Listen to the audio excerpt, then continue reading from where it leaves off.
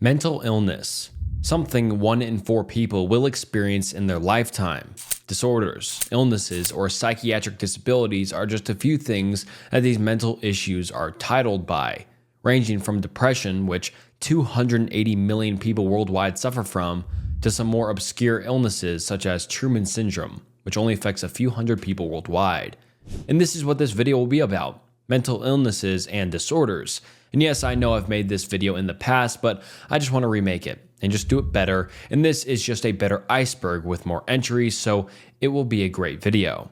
But this video will hopefully raise some awareness of many of these illnesses and disorders and allow people who watch to get a better understanding of what some people suffer from.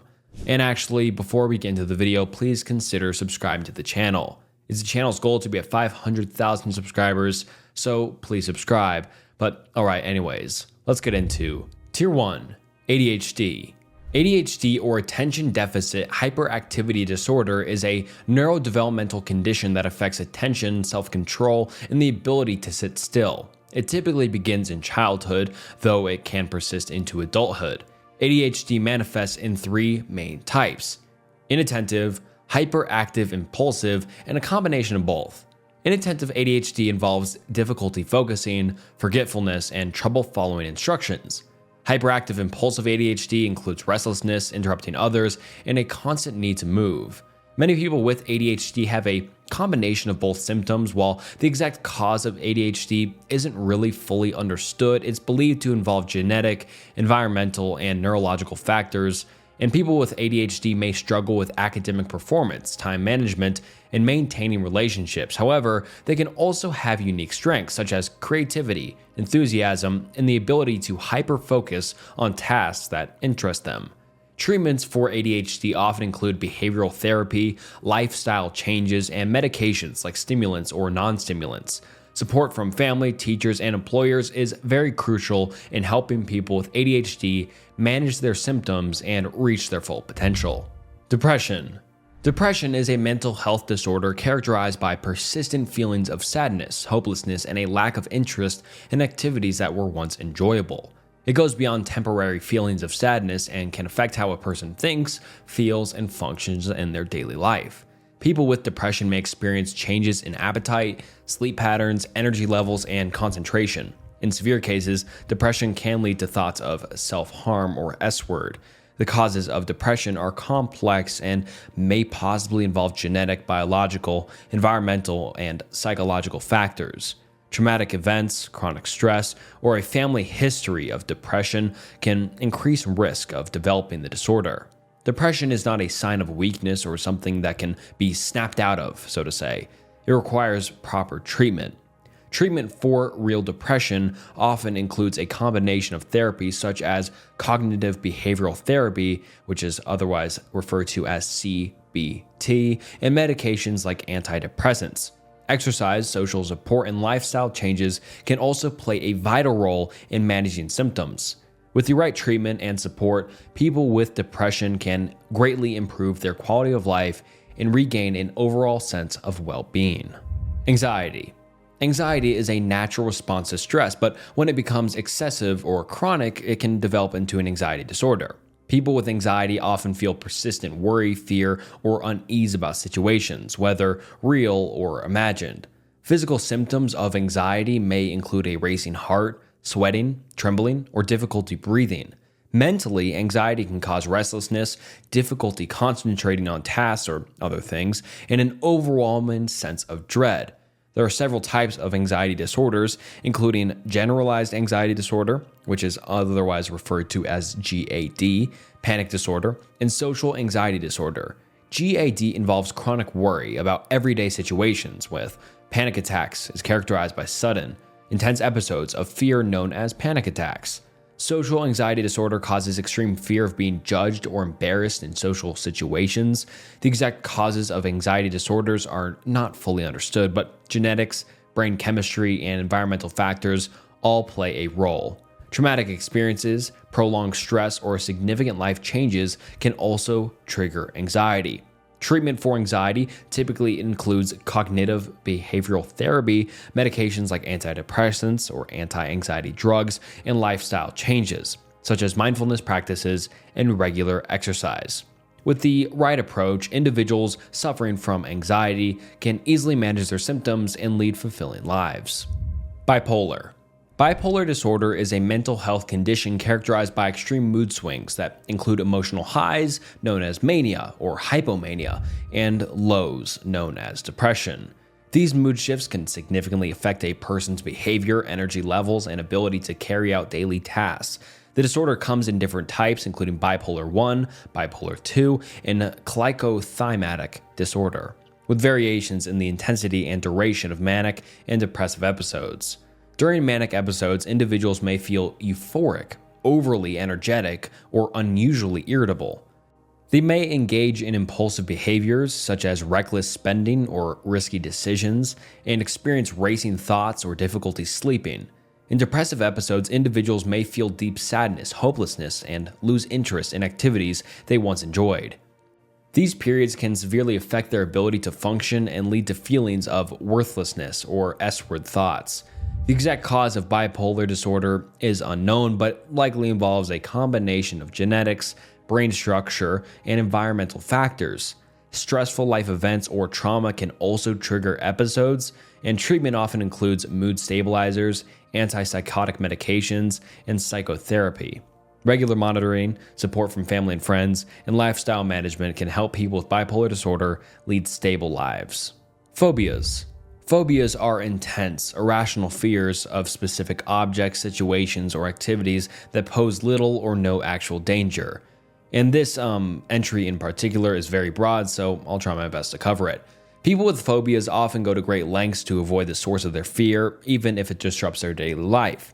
When they encounter or think about the object of their phobia, they may experience panic, rapid heartbeat, sweating, trembling, or a strong desire to escape the situation and just, get away from whatever is causing their phobia.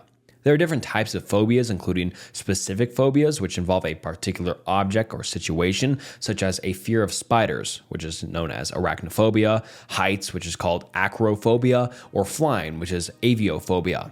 Social phobia, also known as social anxiety disorder, is the fear of being embarrassed or judged in social settings. Agoraphobia involves the fear of being in situations where escape might be difficult, like crowded spaces or open areas. Phobias can develop from a traumatic experience, learned behavior, or just genetics. So, if your grandparents or dad had a specific phobia, that might be handed down to you, which is pretty interesting. While they may seem irrational to others, the fear is very real and distressing to the person affected. Treatment, even though it's pretty rare for people to get treatment for phobias, often involves cognitive behavioral therapy, specifically exposure therapy, where the person gradually faces their fear in a controlled setting, relaxation techniques, and in some cases, medications can also help reduce the intensity of symptoms. Dyslexia. Dyslexia is a learning disorder that affects a person's ability to read, write, and spell despite normal intelligence and effort.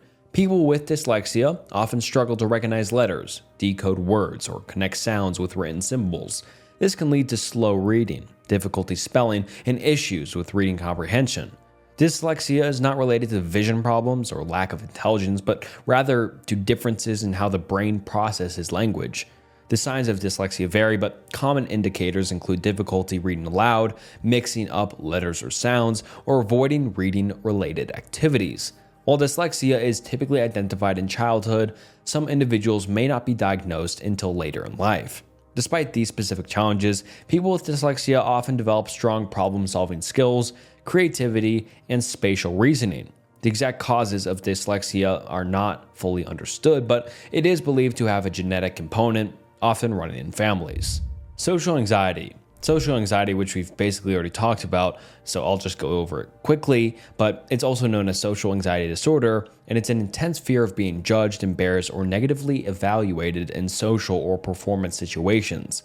People with social anxiety often experience extreme nervousness when speaking in public, meeting new people, or even engaging in everyday activities like eating in front of others. This fear can lead to avoidance of social situations, which can affect personal relationships, school, or work. And symptoms of social anxiety include rapid heartbeat, sweating, shaking, difficulty speaking, or feeling lightheaded. Mentally, there is often an overwhelming worry about being watched or scrutinized, which can make simple interactions feel like major challenges. Autism. Autism, or autism spectrum disorder, is a developmental disorder that affects how a person communicates, behaves, and interacts with others. It is called a spectrum because the symptoms and their severity vary widely from person to person. Some people with autism may have significant challenges in social interactions, while others may have exceptional abilities in specific areas such as memory, math, or music. Common signs of autism include difficulty with eye contact, delayed speech development, repetitive behaviors, and sensitivity to sensory inputs like sounds or textures. While the exact cause of autism is not understood, it is believed to be a combination of genetic and environmental factors. Autism typically appears in early childhood, and signs may be noticeable as young as 18 months. Early diagnosis and intervention are crucial in helping children with autism develop communication and social skills. Treatment for autism is individualized and may include speech therapy, occupational therapy, and behavioral interventions like applied behavioral analysis. Some individuals may benefit from medications to manage specific symptoms such as anxiety or irritability. With the right support, people with autism can lead fulfilling, independent lives, and many excel in areas that align with their unique strengths and interests. Tier 2. Schizophrenia. Schizophrenia is a chronic mental health disorder that affects how a person thinks, feels, and behaves.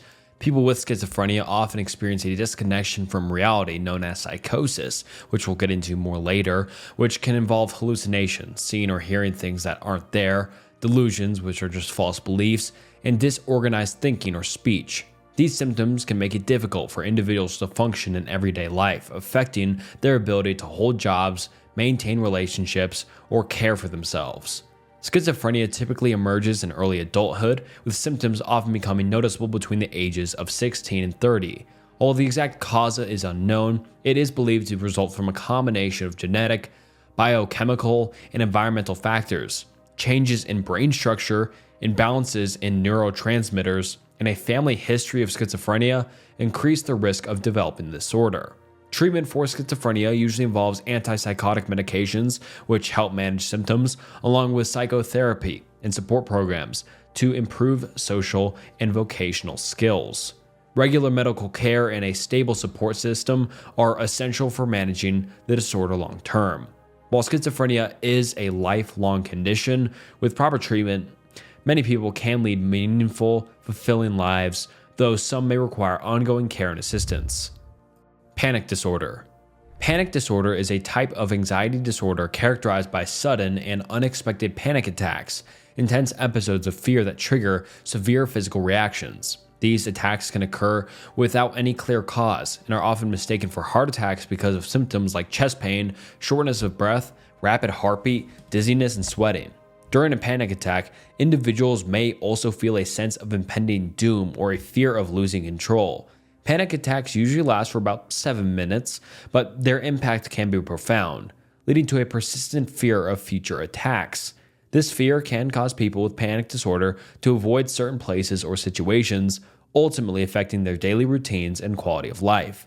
The exact cause of panic disorder isn't understood, but factors such as genetics, major stress, or sensitive brain chemistry may play a role. A history of trauma or a family history of anxiety disorders can also increase the risk. OCD, obsessive compulsive disorder, is a mental health condition characterized by persistent, unwanted thoughts or obsessions and repetitive behaviors or mental acts, which are compulsions, that a person feels compelled to perform in response to the obsessions. These rituals or actions are intended to reduce anxiety or prevent a feared event, but they often provide only temporary relief and can interfere significantly with daily life. Obsessions can take many forms, such as fears of contamination, fears of harming oneself or others, or the need for symmetry or order. Compulsions are the repetitive actions performed to alleviate the anxiety caused by these obsessions, such as washing hands repeatedly, checking things multiple times, or arranging objects in a specific order. People with OCD often realize that their obsessions and compulsions are rational, but they feel powerless to stop them. The exact cause of OCD is not fully understood, but it is thought to involve a combination of genetic, neurological, and environmental factors. Stressful life events or trauma can trigger or worsen the condition. Treatment for OCD typically includes cognitive behavioral therapy, particularly a method called exposure and response prevention, which helps individuals face their fears without engaging in compulsive behaviors. Medications like selective serotonin reuptake inhibitors, otherwise called SSRIs, can also be effective in managing symptoms. With the right treatment, people with OCD can learn to manage their symptoms. Seasonal affective. Seasonal affective disorder is a type of depression that occurs at specific types of the year, typically during the fall and winter months when there is less natural sunlight. People with SAD may experience symptoms similar to those of major depressive disorder, such as persistent sadness, low energy, difficulty concentrating, changes in sleep patterns, weight gain, and a loss of interest in activities they usually enjoy. The exact cause of SAD is not fully understood, but it is believed to be linked to changes in daylight in the body's internal clock, known as the circadian rhythm. Reduced exposure to sunlight during the shorter days can affect the production of serotonin, a neurotransmitter that regulates your mood, and melatonin, a hormone that controls sleep, which can lead to symptoms of depression. People who live in areas with long, dark winters are more likely to develop SAD, and it may run in families, suggesting a genetic component. Treatment for SAD often includes light therapy, where individuals are exposed to bright light to mimic natural sunlight. Other options include psychotherapy, such as cognitive behavioral therapy, and medications like antidepressants. Although regular exercise, maintaining an overall healthy diet, and spending time outdoors during daylight hours can also help alleviate symptoms. Postpartum. Postpartum depression is a mood disorder that affects some women after childbirth. It's characterized by feelings of sadness, hopelessness, anxiety, and a fatigue that can interfere with a mother's ability to care for herself or her baby. While the baby blues, a temporary mood swing following childbirth, are common and typically last for a few days to a week, postpartum depression is more intense and can last for weeks or even months if left untreated. Symptoms of postpartum depression include persistent sadness, irritability, trouble sleeping, difficulty bonding with the baby, feelings of guilt or worthlessness, and thoughts of harming oneself or even the baby. These symptoms can be overwhelming and may make it difficult for mothers to enjoy the early stages of parenthood, even though they may want to. The causes of postpartum depression can be believed to involve a combination of hormonal changes after childbirth, lack of sleep, physical recovery, and the emotional adjustments to becoming a parent. Previous mental health issues, a lack of social support, and high levels of stress can also contribute. Treatment for postpartum depression often includes counseling, such as cognitive behavioral therapy, and in some cases, antidepressant medications. Alcoholism. Alcoholism, also known as alcohol use disorder, is a chronic condition characterized by an inability to control alcohol consumption despite negative consequences.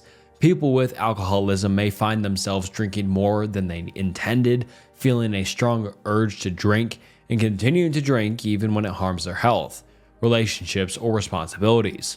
Over time, the body builds a tolerance to alcohol, meaning more is needed to achieve the same effect, and withdrawal symptoms can occur if alcohol use is reduced or stopped abruptly. Common signs of alcoholism include drinking alone or in secret, frequent blackouts, neglecting the responsibilities, and prioritizing alcohol over important activities or relationships.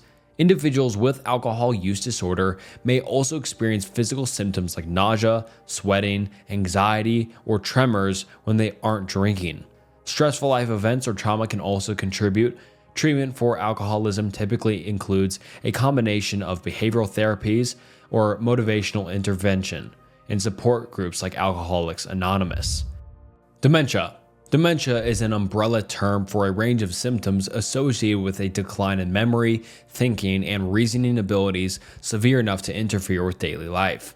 It is not a specific disease, but rather a group of conditions that affect brain function. Alzheimer's disease is the most common type of dementia, but other types include vascular dementia, Lewy body dementia, and frontotemporal dementia. People with dementia may struggle with memory loss, confusion, difficulty communicating, impaired judgment, and changes in behavior or personality. These symptoms often progress over time, making it harder for individuals to perform everyday tasks, recognize loved ones, or manage personal care. While dementia primarily affects older adults, it is not a normal part of aging. The causes of dementia vary depending on the type, but often involve damage to brain cells that disrupt communication between them. Alzheimer's disease, for example, is linked to the accumulation of plaques and tangles in the brain. Other causes may include strokes, head injuries, or conditions like Parkinson's disease. Currently, there is no cure for dementia, but medications may help manage symptoms or slow their progression. PTSD. Post-traumatic stress disorder is a mental health condition triggered by experiencing or witnessing a traumatic event such as combat, natural disasters, accidents, or violent assaults. It is characterized by persistent and intense feelings related to the trauma. Common symptoms include flashbacks, nightmares, severe anxiety, and uncontrollable thoughts about the event.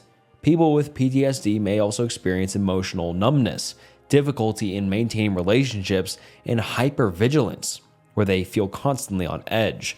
PTSD is not limited to veterans or survivors of extreme events. Anyone who has gone through a traumatic experience can be affected. While many people might have temporary reactions to trauma, PTSD becomes a disorder when symptoms persist for over a month and interfere with daily life. Treatment options for PTSD include therapy, such as cognitive behavioral therapy and eye movement desensitization and reprocessing, as well as medications that can help reduce symptoms. Early intervention is important in managing the condition effectively. Insomnia. Insomnia is a sleep disorder characterized by difficulty falling asleep, staying asleep, or waking up too early and not able to go back to sleep. It can lead to tiredness and low energy during the day, making it hard to concentrate and function effectively. Insomnia can be caused by stress, anxiety, depression, poor sleep habits, certain medications, or even medical conditions like chronic pain or digestive problems.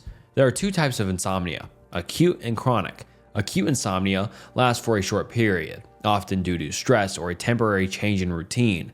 Chronic insomnia persists for at least 3 nights a week for 3 months or more, often requiring professional treatment. Treatment for insomnia may include cognitive behavioral therapy, which focuses on changing behaviors and thoughts that affect sleep, as well as medication to help with sleep onset or maintenance. Practicing good sleep hygiene, such as keeping a consistent sleep schedule, creating a relaxing bedtime routine, and avoiding stimulants like caffeine before bed, can also be effective in managing the condition. Alzheimer's. Alzheimer's disease is a progressive neurological disorder that affects memory, thinking, and behavior. It is the most common cause of dementia, a general term for the decline in mental ability severe enough to interfere with daily life. In Alzheimer's, the brain cells degenerate and die, leading to a steady decline in cognitive functions. Early signs of Alzheimer's often include memory lapses, difficulty remembering names or appointments, and confusion about time or place. As the disease progresses, individuals may experience disorientation, mood swings, difficulty speaking or writing, and changes in personality. In the advanced stages, they may lose the ability to communicate, recognize loved ones, or care for themselves. While the exact cause is unknown, Alzheimer's is believed to involve a combination of genetic, environmental, and lifestyle factors. Age is the biggest risk factor, with the majority of people diagnosed being over 65. There's no cure for Alzheimer's. Tier 3. Tourette's. Tourette's syndrome is a neurological disorder characterized by repetitive, involuntary movements and vocalizations called tics. It often starts in childhood, typically between the ages of 5 and 10. Tics can be simple, like blinking or throat clearing, or complex, involving coordinated movements or spoken phrases. The severity of the tics can fluctuate over time, and they may worsen in stressful situations.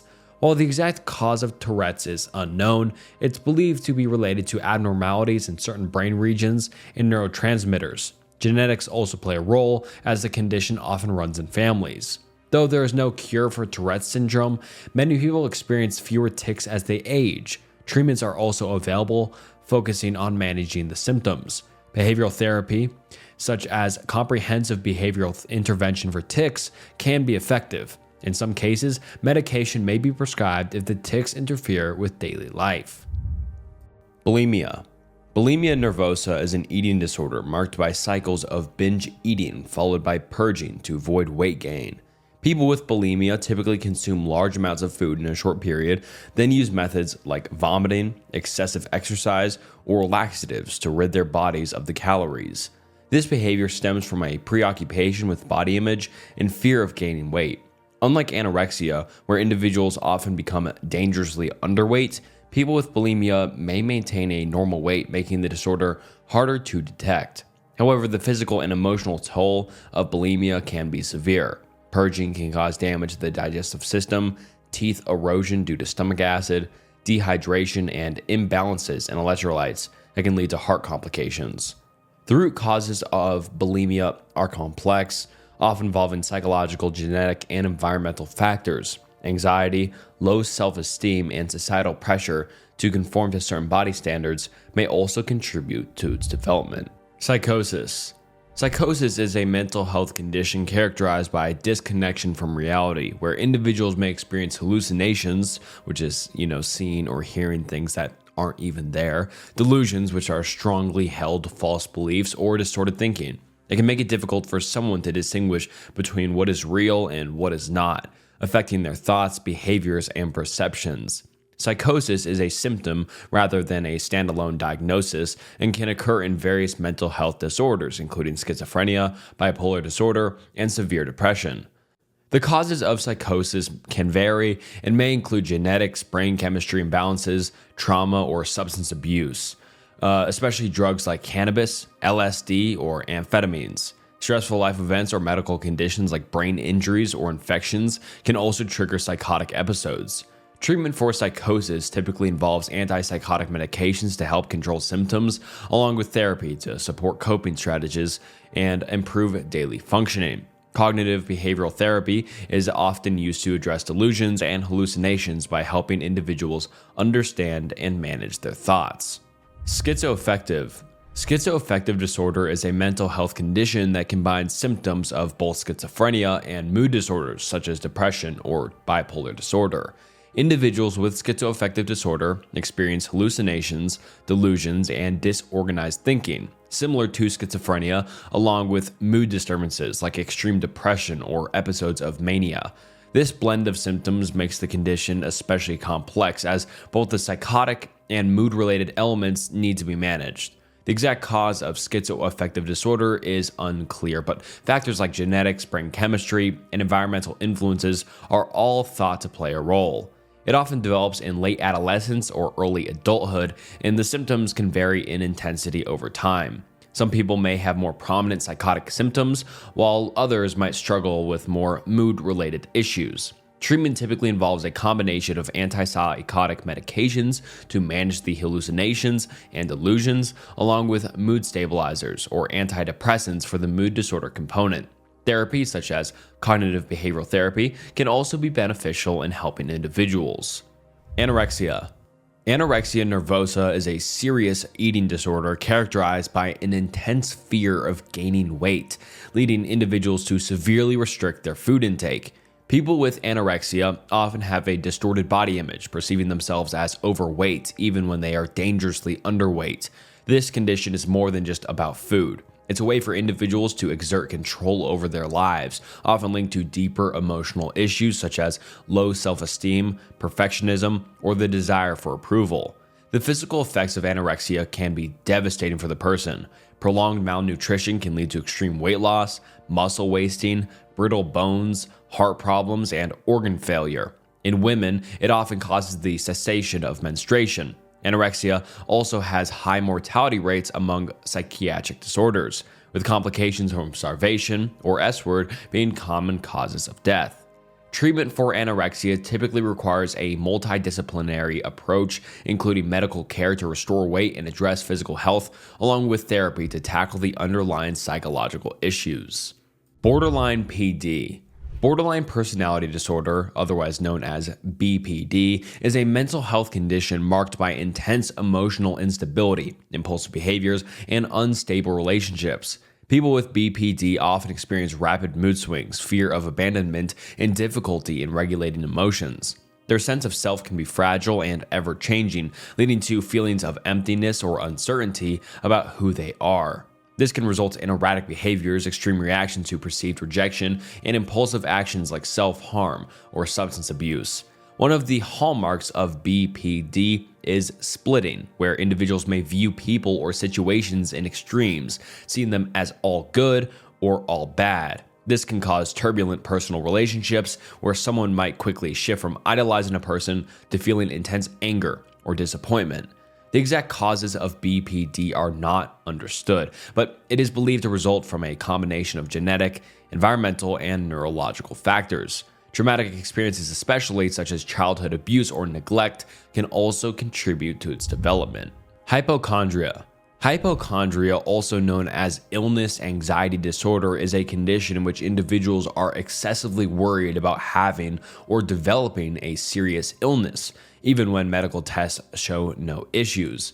People with hypochondria may contribute to believe they are ill or that something has been overlooked. This persistent fear can dominate their thoughts, leading to frequent doctor visits, self-examinations, and internet searches for symptoms, which often exacerbate their anxiety. Despite the lack of physical symptoms or evidence of illness, the emotional and psychological toll can be very significant. People with hypochondria may misinterpret normal bodily sensations, such as a slight headache or a minor rash, as signs as a severe health problem.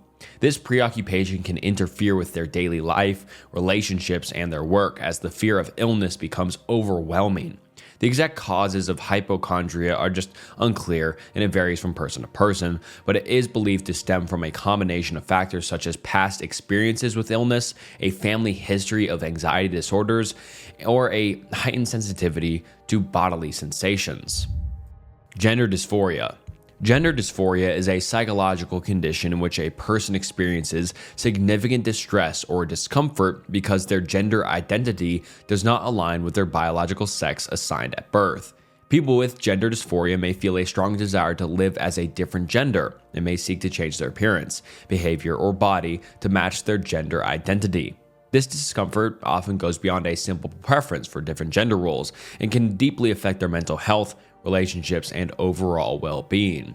The experience of gender dysphoria can vary greatly. Some individuals may experience it as early as childhood, while others may become aware of it later in life. Feelings of frustration, anxiety, or depression can arise when the person's body or social role does not match their gender identity. This can lead to social isolation, low self-esteem, and other mental health challenges. Treatment for gender dysphoria often includes therapy to help individuals explore their gender identity and address the emotional distress associated with it. Narcolepsy. Narcolepsy is a chronic neurological disorder that affects the brain's ability to regulate sleep-wake cycles. People with narcolepsy often experience overwhelming daytime drowsiness and sudden sleep attacks where they may fall asleep unexpectedly during normal waking hours. These sleep episodes can last for several seconds to minutes, and the person may feel refreshed temporarily upon waking, only to become sleepy again shortly after. One hallmark of narcolepsy is excessive daytime sleepiness, but other symptoms may include cataplexy, which is the sudden loss of muscle control triggered by strong emotions like laughter or anger.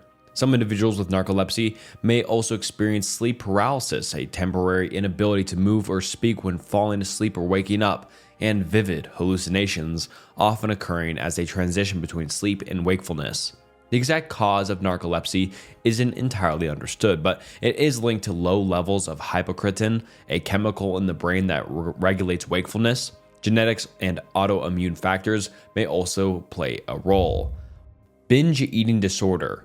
Binge eating disorder is a serious eating disorder characterized by recurrent episodes of consuming large amounts of food in a short period of time, often to the point of discomfort. Unlike bulimia, individuals with BED do not engage in purging behaviors like vomiting or excess exercise after binging. These episodes are often accompanied by feelings of loss of control, guilt, shame, or distress, yet the cycle can repeat itself frequently.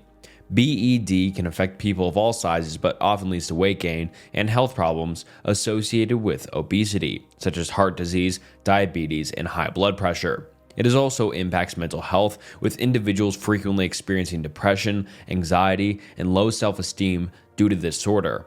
The exact causes of binge eating disorder are complex, involving a combination of genetic, psychological, and environmental factors. Emotional triggers like stress, boredom, or feelings of inadequacy can all lead to binge eating as a way to cope, though it often worsens the feelings. Pika. Pika is a mental health disorder characterized by the persistent craving and consumption of non-food substances over a period of at least 1 month.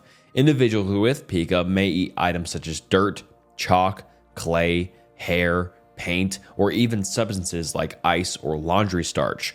These non-nutritive items are typically not considered food, and consuming them can lead to serious health risks such as infections, poisonings, gastrointestinal blockages, or malnutrition. Pika is more common in young children, but it can also occur in adults, especially in those with intellectual disabilities or other mental health conditions such as autism or schizophrenia.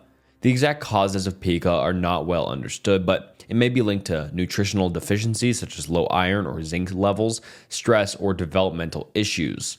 Treatment for Pika involves addressing the underlying causes. If a nutritional deficiency is identified, supplements or dietary changes may be recommended. Imposter syndrome. Imposter syndrome is a psychological pattern where individuals doubt their accomplishments and feel like a fraud despite clear evidence of their competence or success.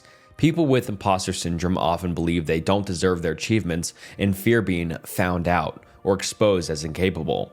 This feeling of inadequacy persists even when they've proven themselves in their work, education, or personal life, leading to anxiety, stress, and a fear of failure.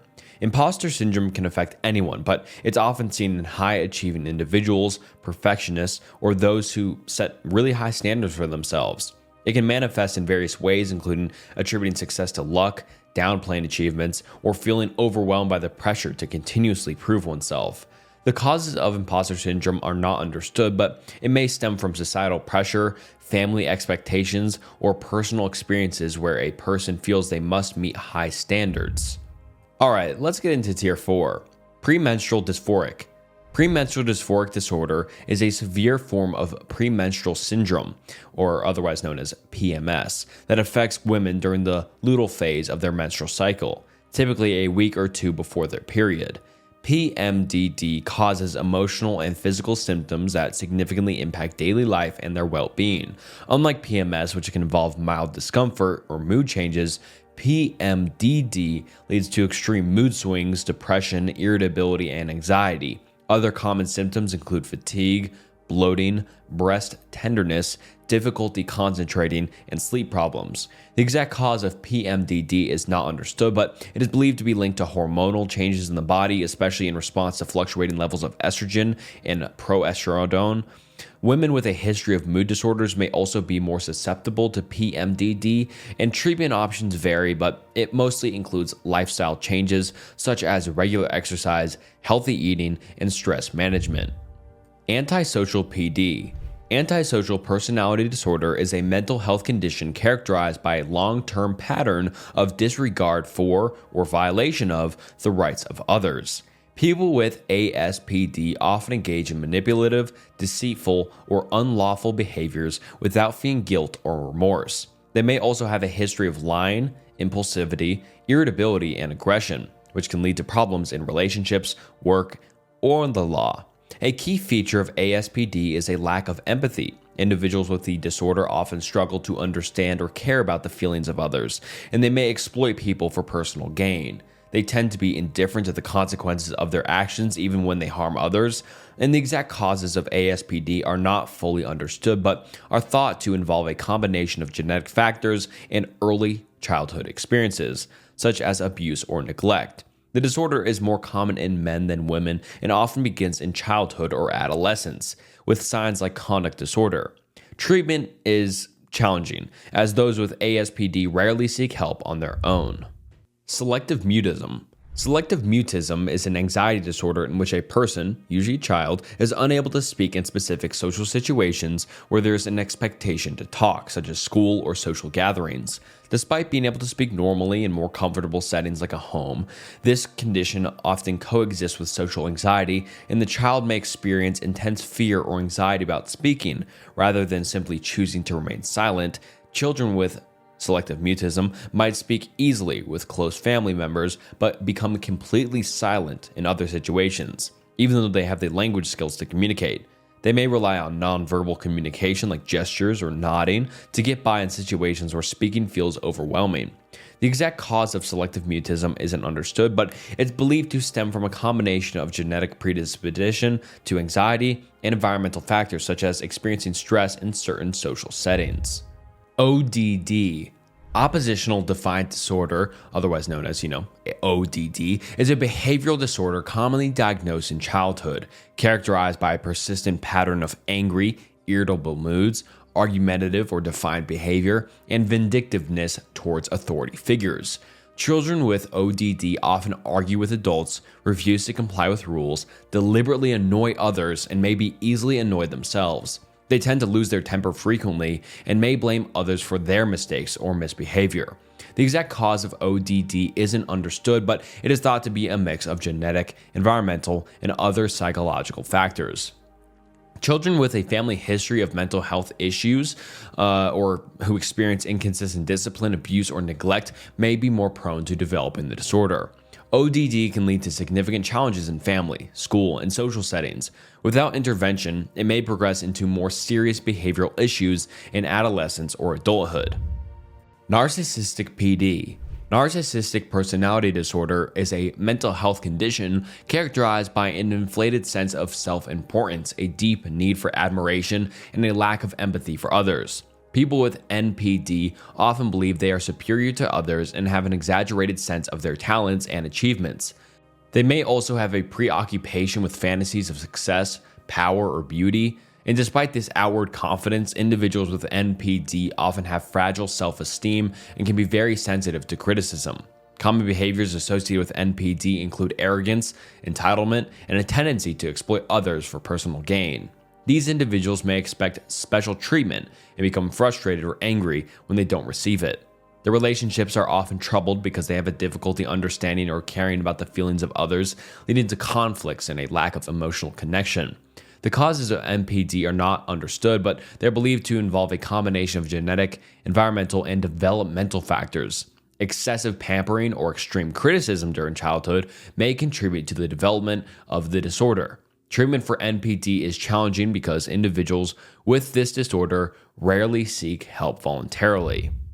DID, dissociative identity disorder, formerly known as multiple personality disorder, is a complex psychological condition characterized by the presence of two or more distinct identities or personality states within a single individual. These identities, often called alters, may have their own names, characteristics, memories, and behavior. People with DID may feel like they are different people at different times, and they may have gaps in memory that can't be explained by ordinary forgetfulness. DID is typically associated with severe trauma, especially during early childhood. Prolonged abuse, neglect, or other traumatic experiences can all cause a person to disassociate or disconnect from reality as a coping mechanism. This can lead to the development of separate identities, each handling different aspects of the trauma. Symptoms of DID can include mood swings, memory problems, feeling detached from oneself, and difficulty maintaining relationships. People with DID may also experience dissociative amnesia, where they cannot recall important personal information or events. Treatment for DID usually involves long-term psychotherapy with a focus on integrating the different identities into one cohesive self. Therapy also helps individuals process traumatic memories and develop healthier coping mechanisms. The goal is to overall improve daily functioning and reduce the amount of, personalities and just have one main personality. Body dysmorphia. Body dysmorphic disorder, also known as body dysmorphia, is a mental health condition where a person becomes excessively preoccupied with perceived flaws or defects in their appearance. These perceived flaws are often minor or not visible to others, but they cause significant distress and can lead to compulsive behaviors aimed at fixing or hiding them. People with BDD may spend hours each day focusing on these flaws, checking their appearance in mirrors, seeking reassurance, or comparing themselves to others. Common areas of concern for individuals with BDD include facial features, skin, hair, or body shape. This obsession can lead to avoidance of social situations, low self-esteem, and in severe cases, depression or anxiety. Some people may undergo multiple cosmetic procedures, though the results rarely satisfy them, as the issue lies in their perception rather than their physical appearance. The exact cause of BDD is unclear, but it is thought to involve a combination of environmental and psychological factors and stuff like social media as well. Childhood experiences such as bullying or criticism about appearance may also contribute to the development of the disorder. Trichotillomania. Trichotillomania, or hair pulling disorder, is a mental health condition characterized by the compulsive urge to pull out one's hair, leading to noticeable hair loss. This behavior typically affects the scalp, eyebrows, eyelashes, or other body areas. People with trichotillomania often experience a strong sensation of anxiety before pulling their hair and feel relief or satisfaction afterward, though the behavior can lead to feelings of shame, embarrassment, or frustration. The exact cause of trichotillomania is not fully understood, but it is considered a body-focused repetitive behavior related to OCD. A combination of genetic, environmental, and neurological factors may all contribute to its development. Stress, anxiety, boredom, or even sensory triggers can all lead to hair-pulling episodes. Trichotillomania often begins in adolescence, though it can really develop at any age. Over time, it can cause physical damage such as bald patches or skin infections, and even emotional distress. Agoraphobia.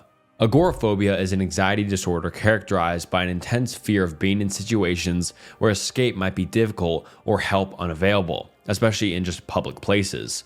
People with agoraphobia often fear being in open or crowded spaces, using public transportation, or being far from home. This fear can lead to avoidance behaviors where the individual avoids these places altogether, potentially becoming housebound in severe cases.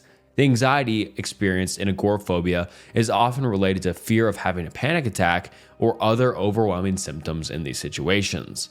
For some, the thought of losing control or embarrassing themselves in public is a major source of distress. Agoraphobia typically develops in late adolescence or early adulthood and may occur alongside panic disorder, though it can also occur on its own.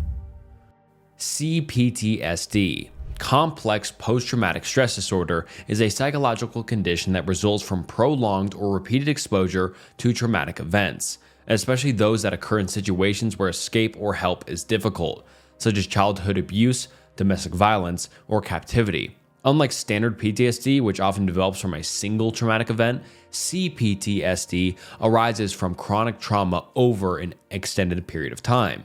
People with CPTSD may experience symptoms similar to those of PTSD, including flashbacks, nightmares, hypervigilance, and emotional numbness. However, CPTSD also includes additional symptoms such as difficulty regulating emotions, a deep sense of shame or guilt, and feelings of being permanently damaged. Individuals may struggle with relationships, have trouble trusting others, or feel a persistent sense of hopelessness and/or despair. CPTSD can severely impact self-identity, leading to a fragmented sense of self or feeling disconnected from one's emotions and body. Many people with CPTSD also experience this dissociation, where they feel detached from reality as a way to cope with overwhelming stress. Dysgraphia. Dysgraphia is a learning disorder that affects a person's ability to write, making the process of writing very difficult and often frustrating. It can impact handwriting, spelling, organizing thoughts on paper, and the physical act of writing. People with dysgraphia may have messy or ineligible handwriting, struggle with spelling and punctuation, and find it hard to organize their thoughts in writing. They may also experience difficulty in taking notes quickly or writing under time constraints. Dysgraphia can occur alongside other learning abilities like ADHD or dyslexia, but it is primarily a motor-based issue that relates to difficulties in the fine motor skills needed for writing. Some people with dysgraphia may also have problems with planning and organizing their ideas when writing essays or reports. The cause of dysgraphia is not always clear, but it is believed to stem from neurological factors that affect the brain's ability to process and express written language. It often starts in childhood, especially when a child struggles to meet writing milestones in school. Exploding head syndrome. Exploding head syndrome is a rare and poorly understood sleep disorder that involves hearing loud, imagined noises or feeling a sensation of a bang or explosion inside the head while falling asleep or waking up. Despite its name, there is no actual physical pain or harm to the head. The sounds experienced by individuals are not real. They are purely hallucinations, though they can feel very vivid and startling. The sounds associated with EHS can vary and may include loud bangs, crashing noises, or other startling sounds. People often describe the experience as feeling like a gunshot, a bomb exploding, or a loud electrical noise. While the sounds can be frightening, they are not typically linked to any underlying physical issue like brain damage or hearing problems. EHS usually occurs during transitions between sleep stages, such as just drifting off to sleep or waking up. It can happen to individuals who are otherwise healthy. It is not considered harmful, but the experience can lead to sleep disturbances or anxiety about falling asleep. Dyscalculia. Dyscalculia is a specific learning disorder that affects a person's ability to understand and work with numbers. Individuals with dyscalculia may struggle with basic math concepts such as counting, understanding number patterns, performing calculations, and grasping mathematical reasoning. This can take many tasks like telling time, managing money, or solving simple arithmetic problems very challenging. People with dyscalculia often experience difficulties with tasks that involve working, memory, spatial reasoning, and math fluency. For example, they may have trouble remembering math facts, understanding world problems, or applying mathematical concepts in real-life situations. Dyscalculia is not related to a person's intelligence. Many individuals with this disorder are actually very highly intelligent but have difficulty in math due to the neurological differences in how they process numbers. Shell shock. Shell shock is a term that originated during World War I to describe a psychological condition experienced by soldiers who were exposed to the constant barrage of artillery fire and combat stress. The term was used to explain the physical and mental symptoms that soldiers exhibited, such as tremors, confusion, nightmares, disorientation, and an inability to function normally. It was believed that these symptoms were caused by the concussive force of artillery shells, hence the name shell shock. At the time, shell shock was seen as a physical injury caused by the impact of explosions, but as medical understanding evolved, it became clear that these symptoms were more related to the mental and emotional toll of war. Today, shell shock is recognized as a precursor to what is now called PTSD. PTSD, as we talked about before, includes a range of psychological symptoms, including flashbacks, nightmares, hypervigilance, and emotional numbness, which can develop after experiencing severe trauma, such as war. Pyromania. Pyromania is a rare and serious mental health disorder characterized by the compulsion to set fires deliberately and repeatedly. People with pyromania experience intense, uncontrollable urges to start fires, often for the pleasure or relief they feel from watching the flames or from the excitement of the act. Unlike arson, which is typically motivated by external goals such as financial gain or revenge, pyromania is driven by just a psychological need or craving to engage in fire-setting behavior. The key features of pyromania usually include a strong and persistent urge to set fires, tension or arousal before starting a fire, and pleasure, relief, or satisfaction after the act of setting a fire, and no obvious personal gain, such as financial, revenge, or political motives. While the exact cause of pyromania is not fully understood, it is often linked to other mental health disorders such as mood disorders, impulsive control disorders, or other forms of compulsive behavior. Stress, anxiety, or traumatic experiences may also contribute to the development of this disorder. ARFID, otherwise known as avoidant restrictive food intake disorder, is a feeding and eating disorder characterized by a limited intake of food, which is not due to a lack of appetite, but rather due to sensory sensitivities, specific food aversions, or extreme picky eating. People with ARFID may have a limited range of foods they are willing to eat, avoid eating in social settings, and may exhibit extreme emotional or physical reactions to certain foods. This disorder goes beyond typical picky eating and can lead to a significant nutritional deficiencies, weight loss, and problems with growth or development in children. Unlike anorexia nervosa or bulimia nervosa, ARFID does not involve a preoccupation with body image or a fear of gaining weight. Instead, this focus is on the avoidance or restriction of food for reasons such as sensory issues, which is like texture, taste, smell, fear of choking or vomiting, or a lack of interest in food altogether. ARFID can have some serious health consequences, including malnutrition, vitamin deficiencies, and impaired social or emotional functioning due to the difficulties in presence in meal setting. Treatment typically involves a multidisciplinary approach, including cognitive behavioral therapy focused on food-related fears, as well as nutritional counseling and occupational therapy for addressing sensory sensitivities. Kleptomania.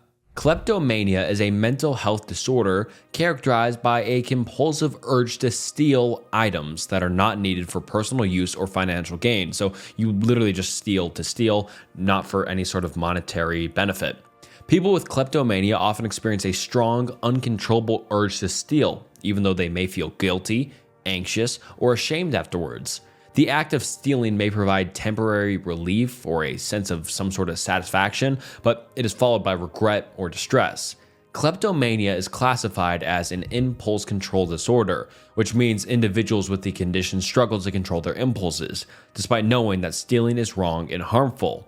Unlike typical theft, which might be motivated by external reasons such as a need or desire for profit, kleptomania is driven by internal urges or psychological factors. Common features for kleptomania include a recurrent inability to resist the urge to steal, tension or anxiety leading up to the theft, a sense of relief, pleasure, or gratification after committing the act, and feelings of guilt, remorse, or shame after the theft, but an inability to stop. The exact cause of kleptomania is not understood, but it is believed to be related to some sort of combination of biological, psychological, and overall environmental factors, such as imbalances in brain chemicals or some sort of trauma. All right, let's get into tier 5. Madonna Whore Complex. The Madonna Whore Complex is a psychological concept that refers to the distorted view of women where a man categorizes women into two extreme and conflicting roles. The Madonna, the pure, virtuous, nurturing figure, and the whore, the promiscuous, sexually available figure.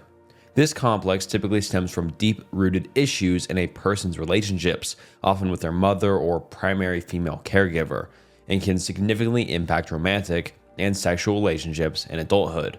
Men with the Madonna Whore Complex may struggle to view women as whole, complex individuals. They may place women they are romantically involved in with one of these two categories, leading to difficulties in forming healthy, balanced relationships.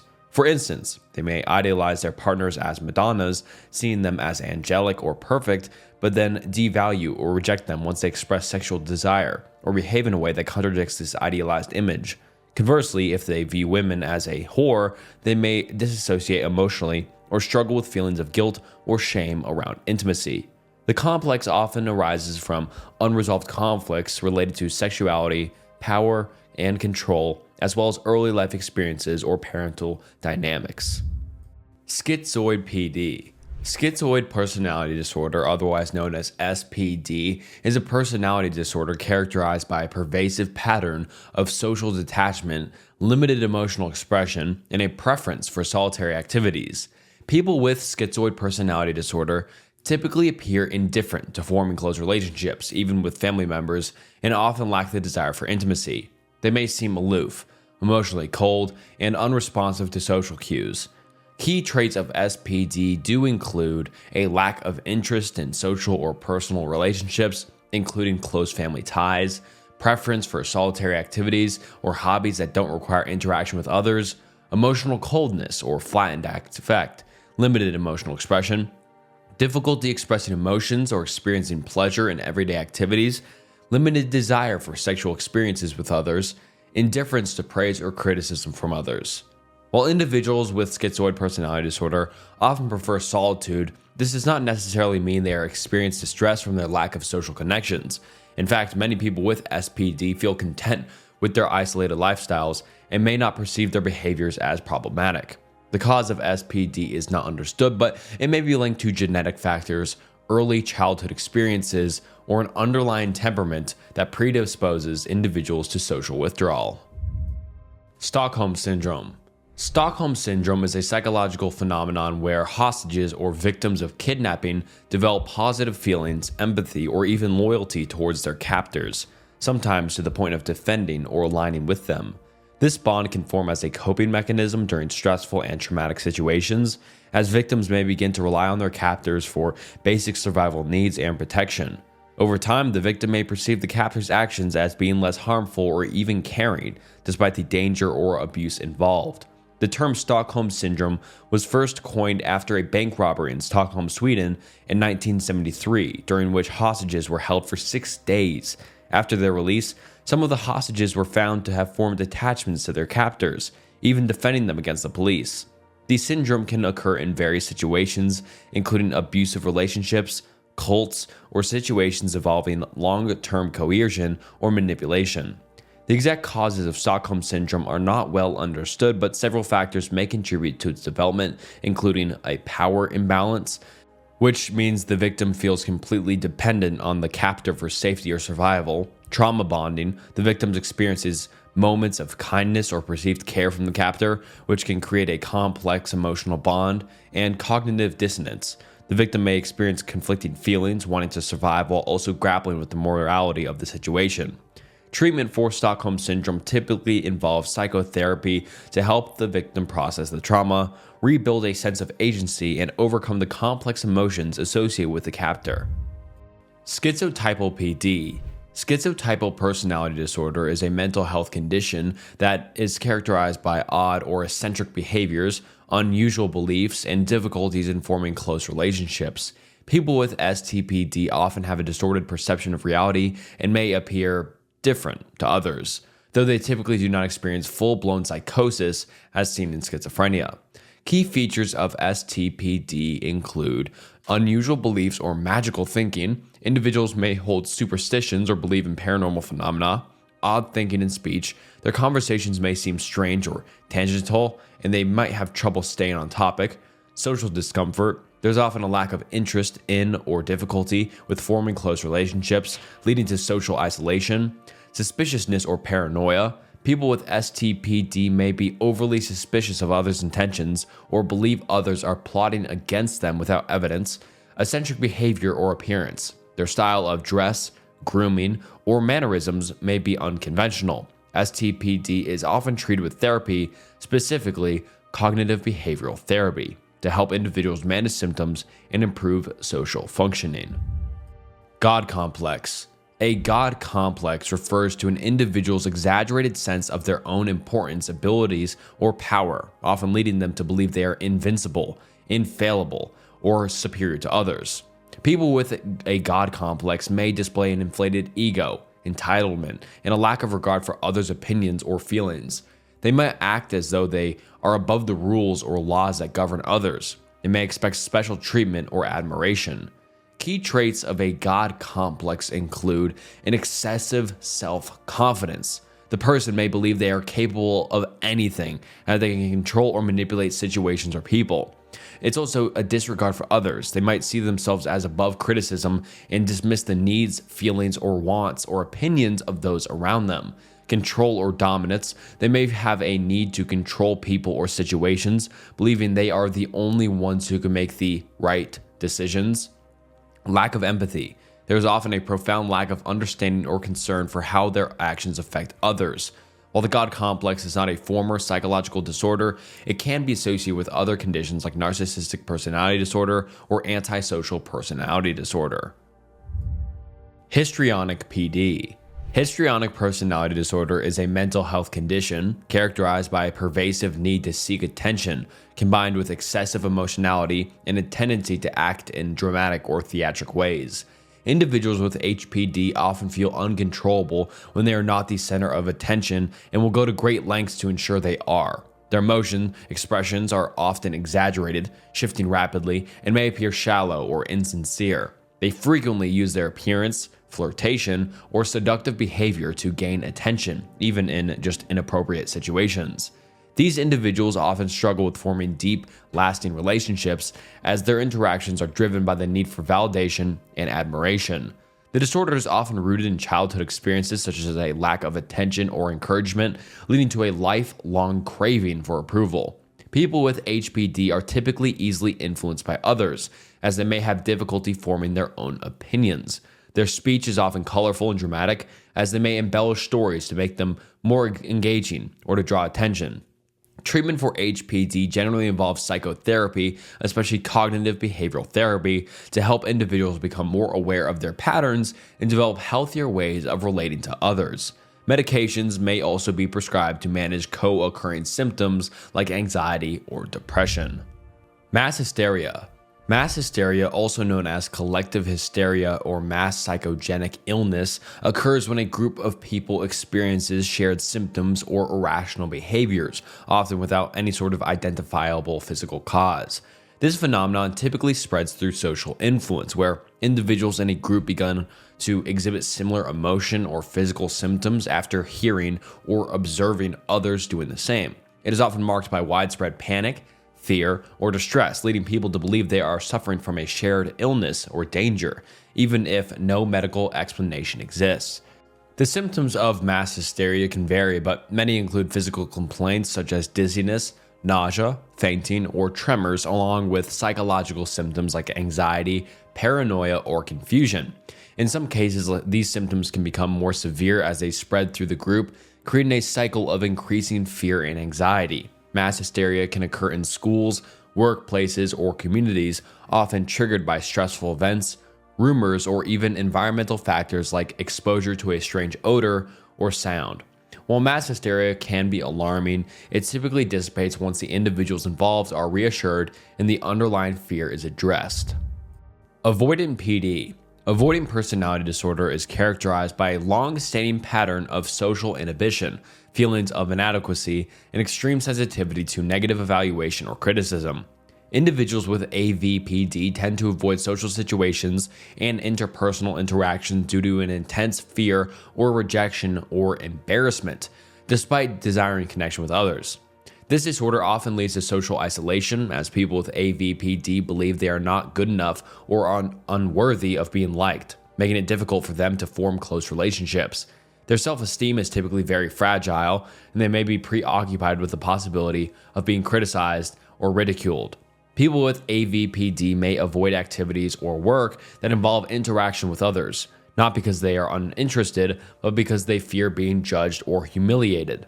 They often perceive themselves as socially inept or inferior, which reinforces their avoidance behaviors. While they might long for close relationships, the anxiety and fear of rejection prevent them from pursuing these connections. Unlike some of the other personality disorders we've talked about, individuals with AVPD usually do not have a desire to dominate others or manipulate situations, but are just often more concerned with avoiding embarrassment and emotional pain. Paranoid PD. Paranoid personality disorder is a mental health condition marked by a pervasive distrust and suspicion of others. Individuals with PPD believe that others are constantly trying to deceive, harm, or exploit them, even when there is no clear evidence to support these fears. This distrust can make it difficult for them to form close relationships or maintain social or work connections, as they may feel betrayed or mistreated by even the smallest perceived slights. They often interpret benign actions or comments as having hidden motives or being critical, leading to feelings of hostility or anger.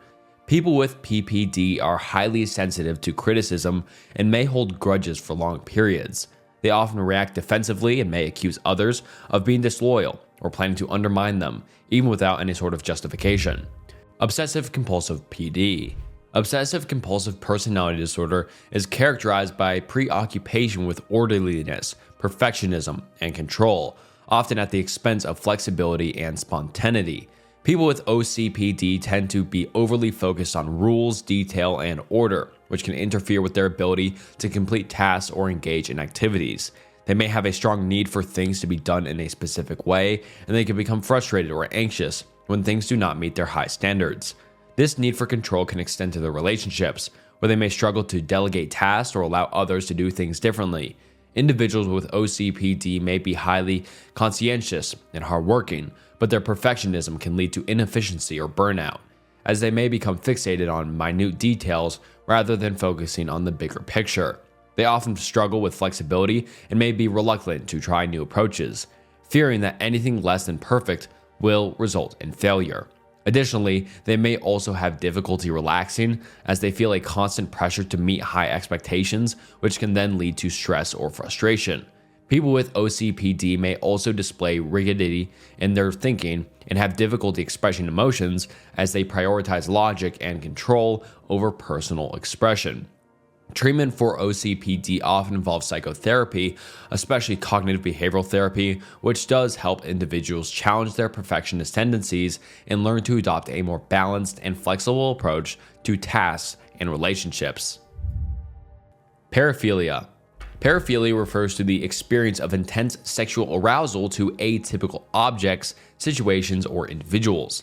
While many people have unique sexual preferences or fantasies, paraphilia involves persistent, recurring urges or behaviors that may cause distress or harm to oneself or others. It is important to distinguish between paraphilia and paraphilic disorders, where paraphilia refers to the atypical sexual interests themselves. A paraphilic disorder only exists when their interests lead to significant distress or impairment in functioning, or result in non-consensual or harmful behaviors towards others. Examples of paraphilic interest may include fetishes, such as sexual attraction to specific objects or body parts, voyeurism, which is observing others without their knowledge or consent, and sadomasochism, which is deriving pleasure from inflicting or receiving pain. In cases where these interests are acted upon, especially if they involve non-consensual or illegal behavior, they can result in serious legal, social, and psychological consequences. Treatment for paraphilic disorders typically includes psychotherapy, especially cognitive behavioral therapy, which can help individuals manage their urges and develop healthier sexual behaviors. In some cases, medication may be prescribed to help reduce their sexual drive or control impulsive behaviors. Delusional disorder. Delusional disorder is a mental health condition characterized by the presence of persistent false beliefs, delusions, that are held despite clear evidence to the contrary. These beliefs are not related to the individual's cultural or religious background, and they are not explained by other mental health conditions such as schizophrenia or other mood disorders.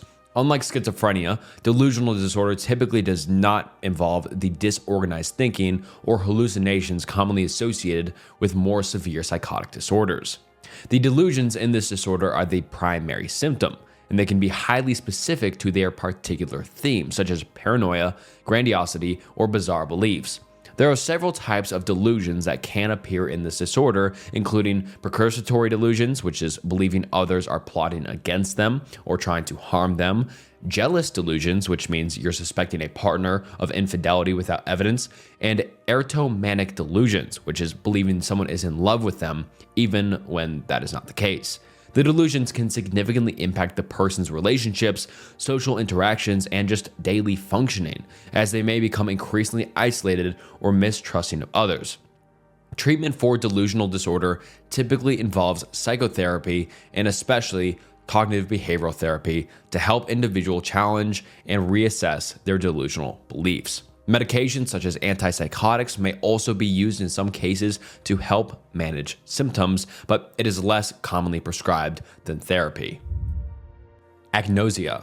Agnosia is a neurological disorder that impairs a person's ability to recognize or interpret sensory information, despite the fact that their sensory organs, like their eyes or ears, are functioning normally.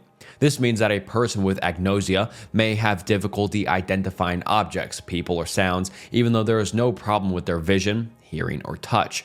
Agnosia can affect one or more senses, and its specific nature depends on the type of agnosia and which part of the brain is affected. There are several types of agnosia, each associated with different forms of sensory processing, such as visual agnosia, for example, makes it difficult for someone to recognize objects or faces even though their vision is fine, and auditory agnosia, which affects a person's ability to identify sounds, such as recognizing a ringing phone or the sound of music.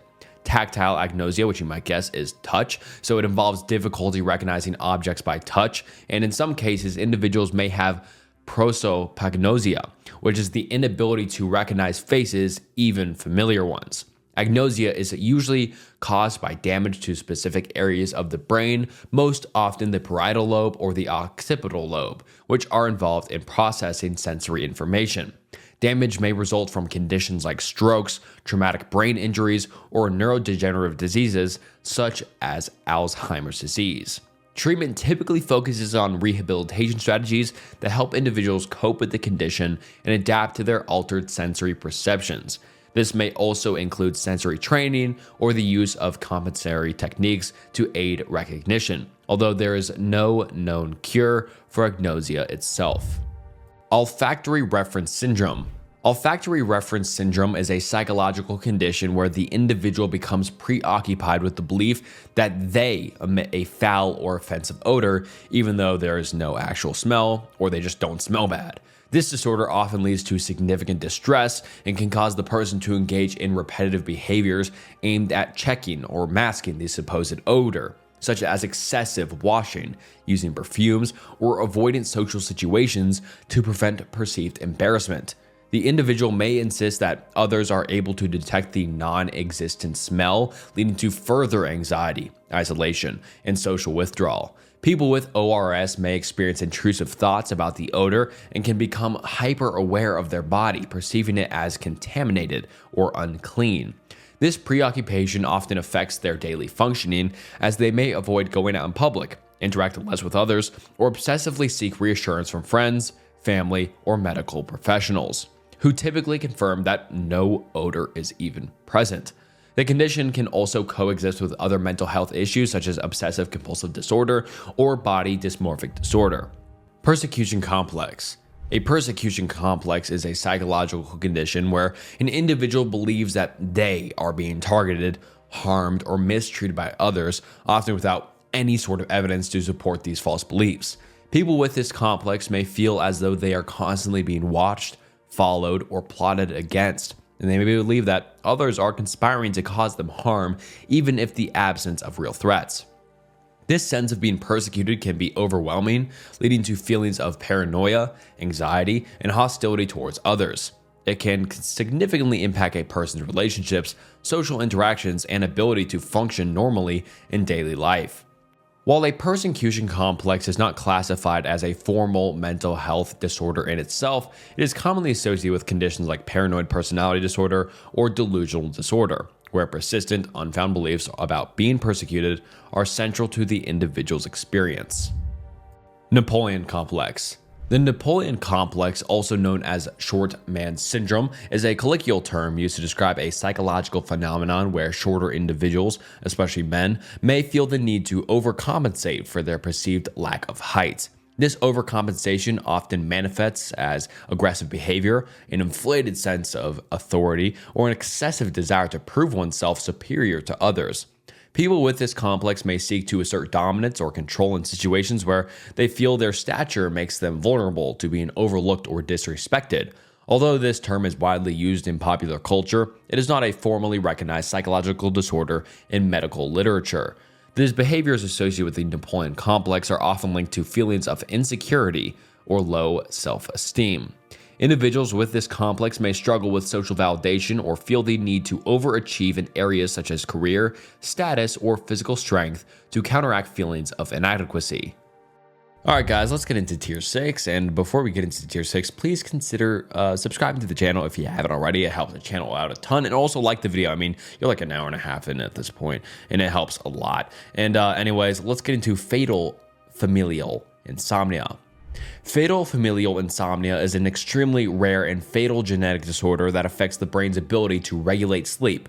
It is classified as a prion disease, meaning it is caused by abnormal proteins known as prions, which accumulate in the brain, especially in the thalamus, a region responsible for controlling sleep and other essential functions.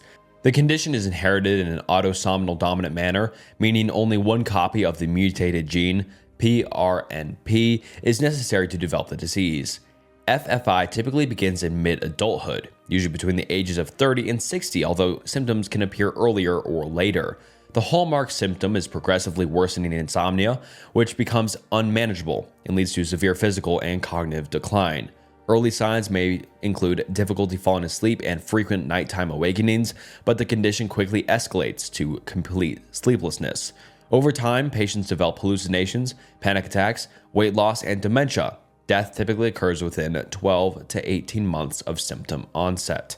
There is currently no cure or effective treatment for FFI. The disease is terminal. Capgras delusion. Capgras delusion is a rare psychological condition where a person believes that someone close to them, such as a spouse, family member, or friend, has been replaced by an identical imposter. This delusion is most often associated with schizophrenia, dementia, or brain injuries, especially to the areas involved in facial recognition and emotional processing. People with Capgras delusion can recognize faces correctly, but they fail to feel the emotional connection typically associated with their loved ones. As a result, they believe the person must be an imposter, even though the resemblance is perfect. This disconnect between visual recognition and emotional response is thought to stem from a malfunction in the brain's connection between the fusiform gyrus, which processes facial recognition, and the amygdala, which is involved in emotions. The condition can be extremely distressing for both the person experiencing the delusion and their loved ones, leading to confusion, fear, and isolation. Alien hand syndrome.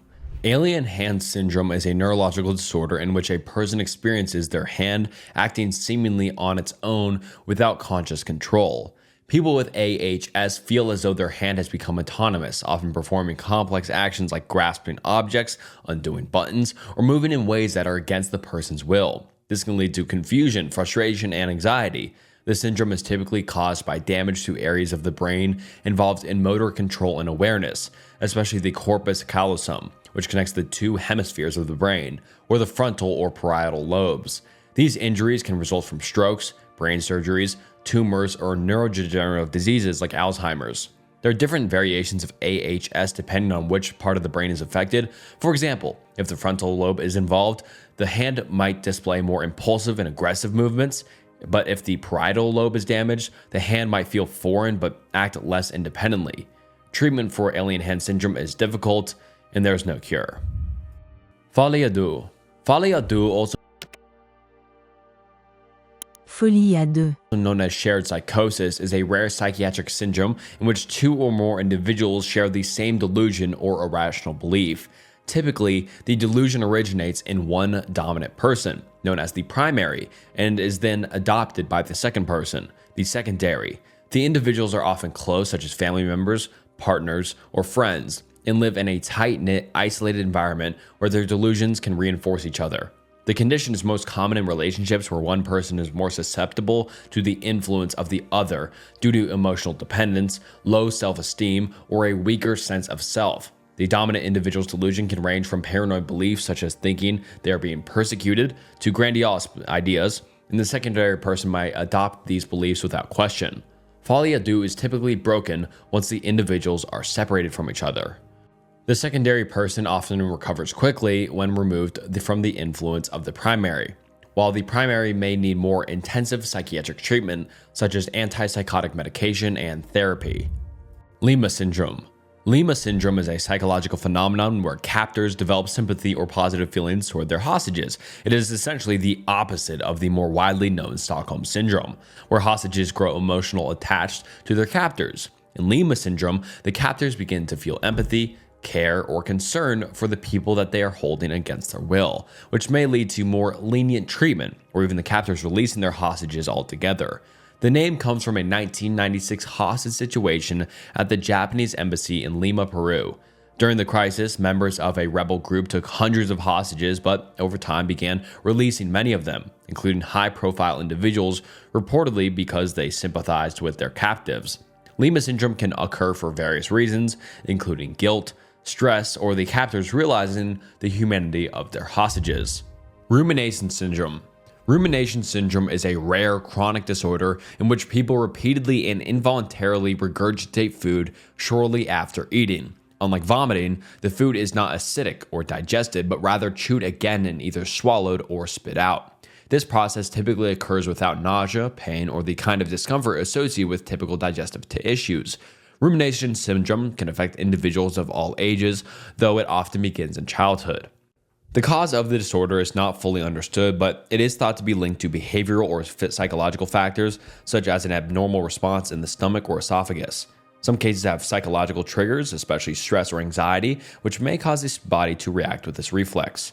Symptoms can include regurgitation of undigested food, bad breath, weight loss, and malnutrition. Erotomania. Erotomania is a rare psychological disorder in which a person has the delusional belief that someone, usually a celebrity or a person of higher social status, is in love with them. This obsession often leads the individual to interpret everyday interactions, even neutral or ambiguous behaviors, as signs of romantic interest. The person with erotomania may believe that the object of their delusion is secretly communicating affection, even though there's no relationship exists. Erotomania is classified as a type of paranoid psychosis or delusional disorder, and it is often seen in individuals who may also suffer from other mental health conditions, such as schizophrenia or bipolar disorder. The disorder can lead to significant distress and disruption in the individual's life, including stalking behavior or attempts to contact the person they believe is in love with them. These behaviors can sometimes result in legal issues or strained relationships. Treatment for erotomania typically involves antipsychotic medications to manage the delusions. Alice in Wonderland syndrome. Alice in Wonderland syndrome is a neurological condition that affects a person's perception of size, shape, and spatial relationships, causing distortions in how they perceive their body and the world around them. The syndrome is named after Lewis Carroll's novel, Alice Adventures in Wonderland, where the character Alice experiences a world where things are constantly changing in size and scale. People with AIWS may experience micropisia, which is objects or body parts appearing much smaller than they are, or macropisia, objects or body parts appear much larger.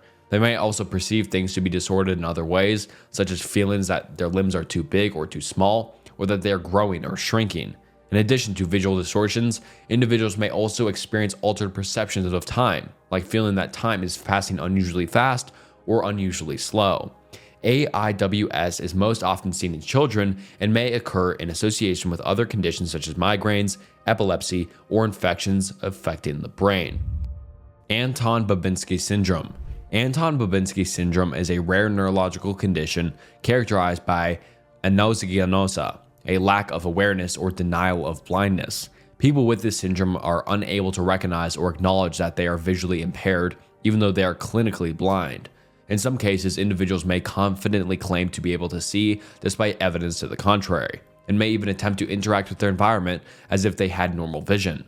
This syndrome typically occurs when damage to the occipital lobe, the region of the brain responsible for processing visual information. Often, the damage results from conditions like a stroke, tumor, or head trauma, or neurodegenerative diseases. The blindness is usually caused by lesions in the primary visual cortex, but the denial of blindness is believed to stem from the brain's failure to recognize and process sensory deficit. People with Anton-Babinski syndrome may exhibit symptoms such as confabulation, filling in gaps in memory with false information, or misidentifying objects they cannot see. They might also act as if they can perceive their surroundings accurately, even though their vision is impaired. Charles Bonnet syndrome. Charles Bonnet syndrome is a condition that causes people with significant vision loss to experience visual hallucinations. These hallucinations are typically complex and detailed, involving things like people, animals, or landscapes, but the individual is fully aware that these images are not real. Unlike other forms of hallucinations, CBS does not involve confusion or disorientation. The person recognizes the images are false, but may still find them distressing or unsettling. CBS is most commonly seen in people who have lost a large amount of vision due to conditions like macular degeneration, cataracts, or glaucoma, or diabetic retinopathy. It is thought that the brain, when deprived of visual input, may fill in the gaps by creating images, much like how dreams can involve scenarios or objects that don't even exist. The hallucinations are generally not harmful and do not suggest a mental illness. They tend to be visual and can range from simple patterns or flashes of light to more elaborate scenes or figures. Subjective doubles. Subjective doubles is a phenomenon where a person feels as if they are experiencing a duplication of themselves or that two versions of their own body exist simultaneously in the same space. It is often linked to dissociative or depersonalization disorders, where an individual feels disconnected from their body or experiences a sense of unreality about their identity. This experience can manifest as the feeling that one's body is split, or that they are out of body and observing themselves from a distance, almost like a form of self-duplication. It can also involve the perception that another version of oneself is interacting with the world, leading to confusion about what is real. In extreme cases, this can result in a profound loss of identity or a sense of living in a dream-like state. Mirrored self-misidentification. Mirrored self-misidentification is a rare delusional disorder in which a person is unable to recognize themselves in a mirror. Instead of seeing their own reflection, the individual actually believes that the reflection belongs to someone else, often a stranger or a family member. The misidentification can cause significant distress, as the person may feel disconnected from their own identity or experience confusion about their appearance. MSM is most commonly seen in individuals with dementia, especially Alzheimer's disease, and other neurodegenerative conditions. It can also occur in people with brain injuries, such as stroke-related damage or schizophrenia, and the exact cause of MSM is not entirely understood, but it is thought to involve damage to brain regions responsible for self-recognition and face processing, such as the temporal and parietal lobes. People with MSM may express confusion about who they are when looking in the mirror, sometimes referring to their reflection as a stranger, or believing they have been replaced by someone else. Jonah complex. The Jonah complex is a psychological concept introduced by the humanistic psychologist Abraham Maslow. It refers to the fear or resistance that individuals experience when faced with the potential for personal growth, self-fulfillment, or realizing their full potential. The term is derived from the biblical story of Jonah, who ran away from his calling to prophecy in fear, only to be swallowed by a whale, symbolizing his avoidance of a higher purpose. According to Maslow, the Jonah complex is rooted in a fear of success or a fear of one's own ability. People with this complex may subconsciously sabotage their own achievements or avoid opportunities for growth because they feel unworthy or fear the responsibilities that come with success. It can manifest as procrastination, self-doubt, or an inability to take action when opportunities for personal advancement arises. The Jonah complex is tied to the idea that achieving self-actualization, which is the process of becoming the best version of oneself, is a daunting or frightening task. Individuals who experience this complex may avoid facing their potential due to anxiety about the expectations, demands, or changes success might bring. Alright, now into Tier 7, Cotard syndrome. Cotard syndrome, also known as Cotard delusion or walking corpse syndrome, is a rare and severe psychiatric condition in which an individual holds a delusion that they are dead, do not exist, or have lost vital organs or certain body parts. People with this syndrome may also believe that they are decaying, that they no longer need food or water, and that they are immortal. The delusions can be so intense that individuals may avoid eating or engaging in basic self-care, convinced they are beyond the reach of physical harm or that they no longer have a body. The condition is most commonly associated with severe depression, especially psychotic depression, but it can also occur in individuals with schizophrenia, bipolar disorder, or neurodegenerative diseases like Alzheimer's. The exact cause of Cotard syndrome is not well understood, but it is believed to involve a combination of neurobiological and psychological factors, including disruptions of brain regions responsible for self-awareness and the processing of sensory information, especially those in the right hemisphere of the brain. Treatment for Cotard syndrome typically involves addressing the underlying mental health condition. Antidepressants or antipsychotics or mood stabilizers are often used to manage symptoms, along with psychotherapy. In severe cases, electroconvulsive therapy may also be considered, especially when other treatments fail to relieve the delusions. Fregoli delusion. Fregoli delusion is a rare and fascinating psychiatric disorder in which a person believes that different people they encounter are actually the same individual who is disguising themselves or changing their appearance. In other words, individuals with this delusion think that one person can take on multiple identities or forms. They may insist that a particular person is following them or appearing in various guises, even though they are, in fact, separate individuals. This delusion is often accompanied by feelings of paranoia, as the individual may believe that the person or people involved are plotting against them or causing some sort of harm. The condition is thought to be linked to brain damage, especially to areas involved in facial recognition and social processing, such as the temporal lobes in the brain. It can also occur as a result of schizophrenia, or bipolar disorder, or after traumatic brain injuries. In some certain cases, it may arise following neurodegenerative diseases like dementia, or as a side effect of drug use. The delusion is often associated with a mix of psychotic symptoms, and its name originates from the Italian actor Leopoldo Frugoli, who is known for his ability to change roles and appearance in his performance. Treatment of Frugoli delusion typically involves addressing the underlying condition, such as prescribing antipsychotic medications for psychotic symptoms or using cognitive behavioral therapy to help the person challenge their delusions and manage paranoia. In some more extreme cases, such as the last one, electroconvulsive therapy may be used in severe or treatment-resistant cases. Although recovery can be very slow, with proper treatment, individuals may experience improvement in their symptoms. Jerusalem syndrome. Jerusalem syndrome is a rare psychological condition that primarily affects people visiting Jerusalem, especially during a religious or spiritual visit. The syndrome is characterized by the sudden onset of certain delusions, hallucinations, and obsessive thoughts related to religious or spiritual themes, often involving a strong belief that one is a historical or biblical figure or has been chosen for a divine purpose. Individuals with this syndrome may exhibit extreme religious behavior, such as dressing in biblical clothing, preaching to others, or engaging in ritualistic acts. They may also express a strong desire to remain in the city or even refuse to leave due to their newfound sense of divine mission or purpose. Jerusalem syndrome is most commonly seen in individuals who are not previously diagnosed with any sort of other mental illness, though it can also affect those with a history of psychotic disorders, mood disorders, or personality disorders. The onset of this syndrome typically occurs during or shortly after visiting religious or sacred sites in Jerusalem, especially in those with pre-existing religious or spiritual interests. It is more likely to occur during times of intense religious fervor or personal crisis. Messiah complex. Messiah complex, also known as the Christ complex, is a psychological condition in which an individual believes they are or have been chosen to be a messianic figure or savior.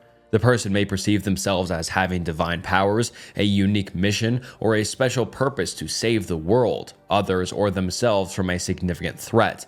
This delusion often involves a strong belief that they are destined to perform extraordinary tasks or achieve some sort of greatness, and they may exhibit behaviors consistent with this grandiosity, such as preaching, attempting to influence or control others, or taking drastic actions to fulfill their perceived role as a savior.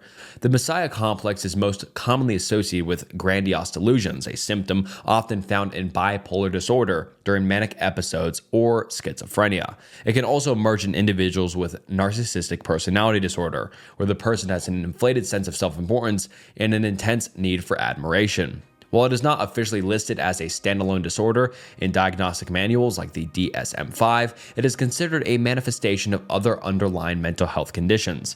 The cause of the Messiah complex is typically tied to a combination of psychological and environmental factors, such as stress, personal crisis, religious fervor, or trauma, can all sometimes trigger these delusions in individuals who may also be vulnerable to psychosis or mood disorders. Stendhal syndrome. Stendhal syndrome is a psychological condition in which an individual experiences an overwhelming emotional and physical reaction when exposed to works of art, especially those that are considered beautiful, profound, or historically significant. This syndrome is named after the French author Stendhal, whose real name was Henri Beyle, who described his own experiences of dizziness, rapid heartbeat, confusion, and a feeling of being overwhelmed when he visited Florence, Italy, and encountered the city's art and architecture. The symptoms can range from mild to severe, including feelings of faintness, palpitations, disorientation, or even hallucinations.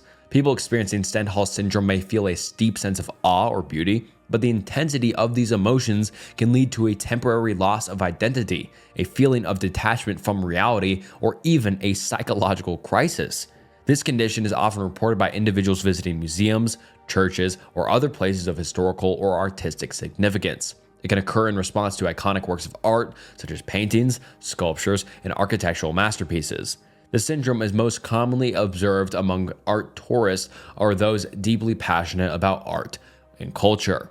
The exact cause of Stendhal syndrome is not understood, but it is believed to be linked to a combination of emotional vulnerability, sensory overload, and cultural or psychological factors. Exposure to powerful aesthetics or beauty can evoke a heightened emotional state, and for some individuals, this can overwhelm the senses or trigger a physical response.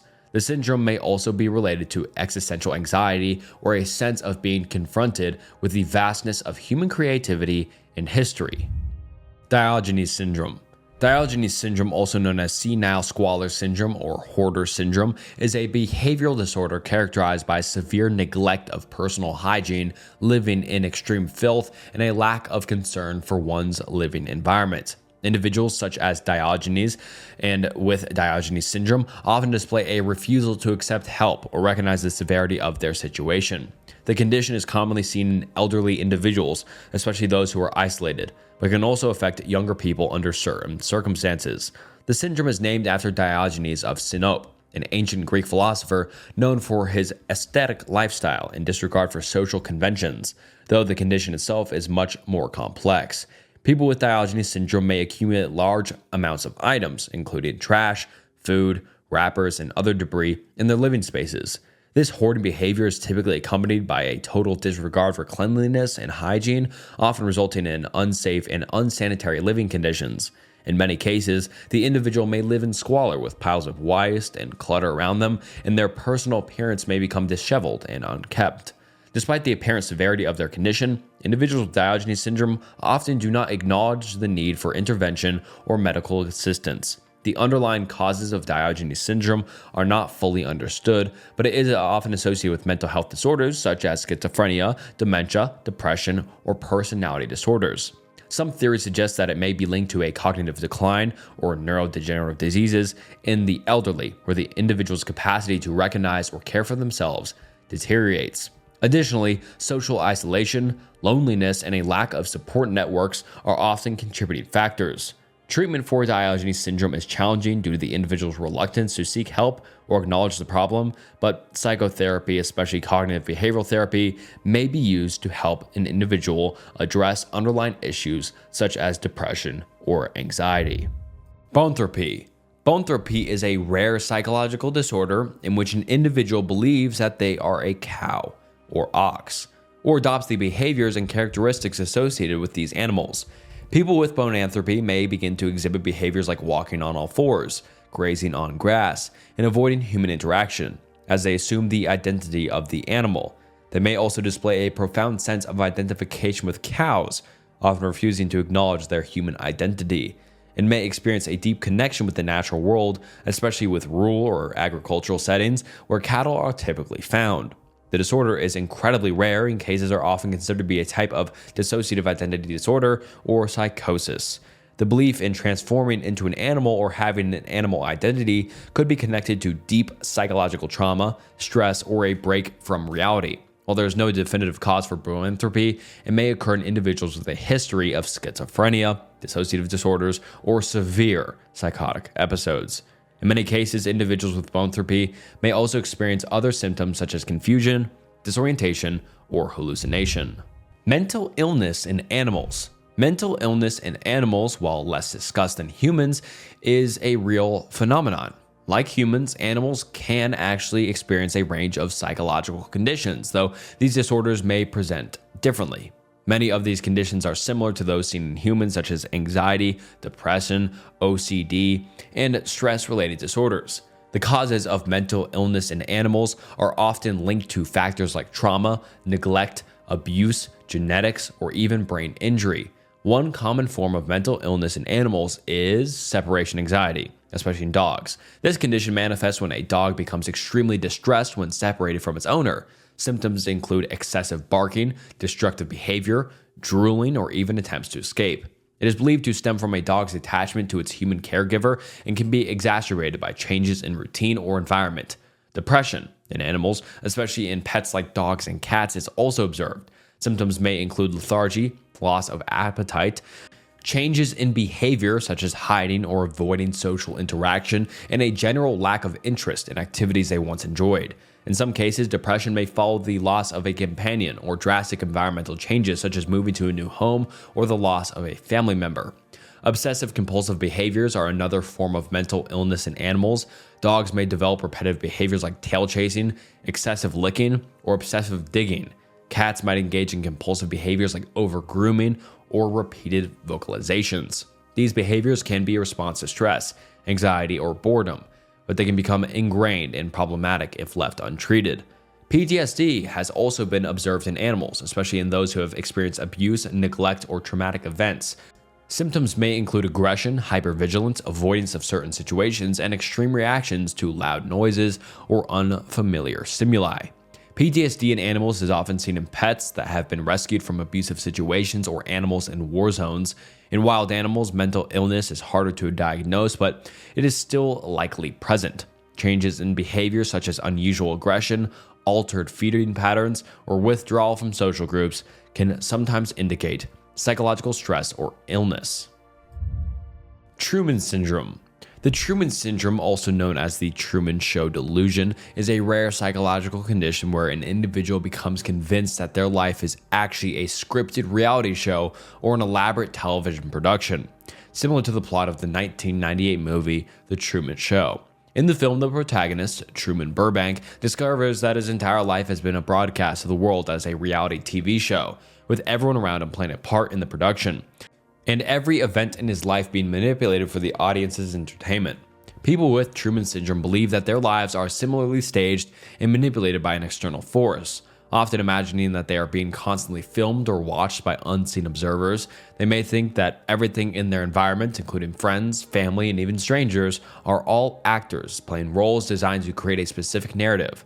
This delusion can lead to paranoia, anxiety, and a sense of being controlled or persecuted.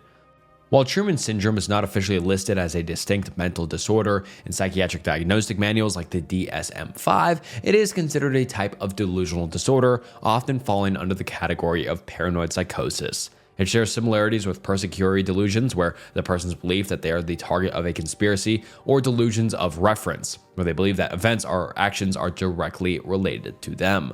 The causes of Truman Syndrome are not entirely understood, but may be linked to underlying psychotic disorders, schizophrenia, or bipolar disorders, especially during manic episodes.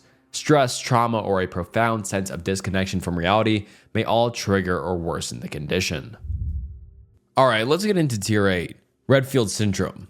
Redfield Syndrome, also known as Redfield's paranoia or Redfield's delusion, is a rare psychological condition in which individuals develop an irrational belief that they are being watched or monitored by a surveillance system, often in an extreme and pervasive manner. This syndrome is characterized by paranoid delusions that suggest that external forces, whether it be government agencies, large corporations, or even an unknown entity, are observing the person's every move, controlling their actions, or manipulating their environment. The delusions in Redfield Syndrome are often associated with a deep mistrust of others, a fear of being persecuted, and a strong sense of isolation. Although Redfield Syndrome is not a widely recognized and former psychiatric diagnostic criteria, it is thought to be a form of paranoid psychosis or delusional disorder, falling under the broader category of paranoid delusions. Martyr complex. The martyr complex, sometimes referred to as the martyr syndrome, is a psychological condition where an individual has a persistent need to feel as though they are suffering or sacrificing themselves for others, often to an extreme or unhealthy degree. People with this complex tend to take on excessive burdens, responsibilities, or hardships, believing that their suffering is necessary for the greater good or that it gives their life meaning. They may see themselves as a self-sacrificial figure, constantly putting others' needs before their own, even when this leads to personal harm or burnout. The martyr complex can manifest in various ways, such as chronic self-neglect, overextending oneself emotionally or physically, or feeling unappreciated despite the sacrifices made. Individuals with this complex might seek to be recognized or praised for their perceived martyrdom, or they may feel resentment and frustration when their sacrifices are not acknowledged by others. Folie en famille. Folie en famille is a rare psychological phenomenon where a mental illness or delusional disorder is shared among members of a family. It is a subset of the broader category known as folie à deux, which we talked about earlier, which is shared psychosis. But in the case of folie en famille, the condition extends beyond just two people to include multiple family members who develop similar delusions or symptoms. The condition can occur when one family member, typically the dominant or primary figure, exhibits psychotic symptoms, and other family members either adopt these delusions or develop their own similar delusions as a result of close contact or emotional influence. Folie en famille is considered a form of shared psychosis, where the mental disorder is contagious within the family unit, often spreading through intense familial bonds or embellishment.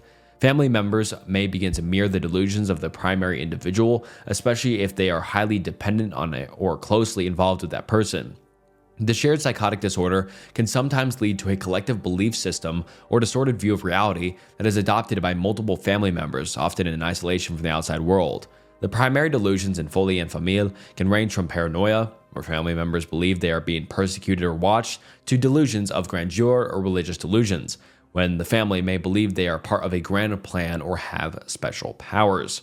The content of the delusions is often influenced by the primary individual's psychotic symptoms, but they are reinforced and magnified through the interactions and relationships between family members.